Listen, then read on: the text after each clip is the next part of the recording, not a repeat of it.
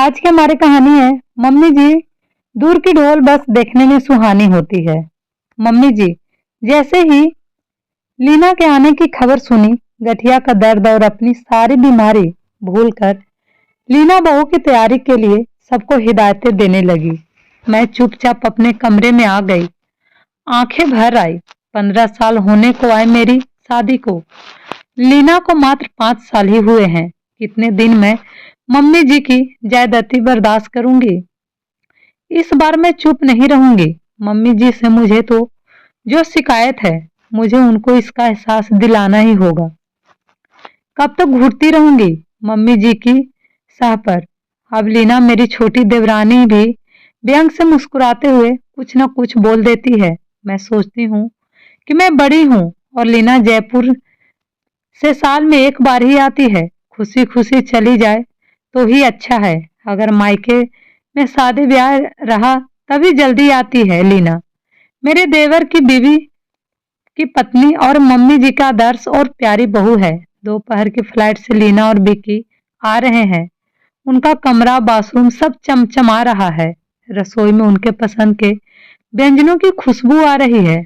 Mummy जी का बस चलता तो दोपहर के फ्लाइट को और पहले ही लैंड करवा देती। मैंने दोनों बच्चे गोलू और परी को जल्दी से खाना खिला कर पड़ोस में रहने के वाली आंटी सहेली मीनू के यहाँ खेलने भेज देती हूँ। लीना बिक्की आ गए। मम्मी जी उन्हें प्रेम से खाना खिला रही हैं और मैं किचन से गर्मा गर्म फुलके सेक कर दे रही हूँ। मम्मी जी कहती हैं, लीना बेटा कितनी कमजोर लग रही हो, खाना नहीं खाती ठीक से।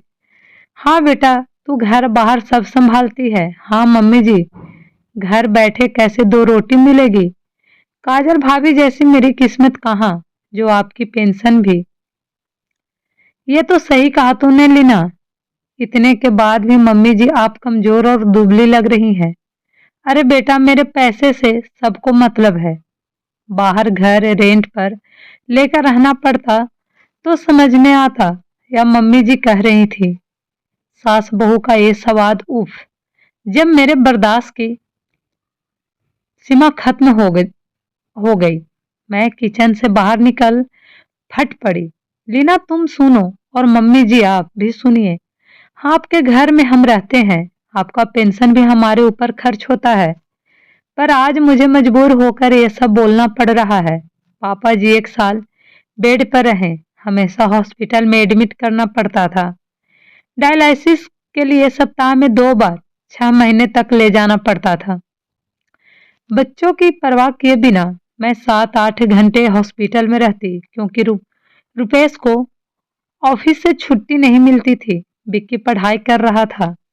सिनेमा देखने घूमने पति पत्नी साथ जाते हैं, पर 15 साल की शादीशुदा जिंदगी में शायद ही ये पल मुझे नसीब हुआ हो। और लीना हनीमून के लिए सिंगापुर गई। आप कितना खुश हो रही थी। कभी मायके जाना होता मुझे तो घड़ों पानी पड़ जाता आपके ऊपर। रसोई घर और घर कैसे मेंटेन होगा। 2-4 दिन में ही रुपेश को समझाकर मुझे वापस ले आते।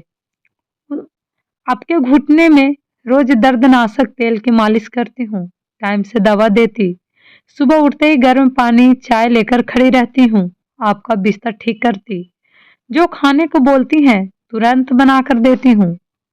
और लीना जिस पर आप इतना प्यार लुटाती हैं, मीठी मीठी बातें करती है, 2 साड़ी लाकर दे देती है और अपना कर्तव्य पूरा कर लेती है।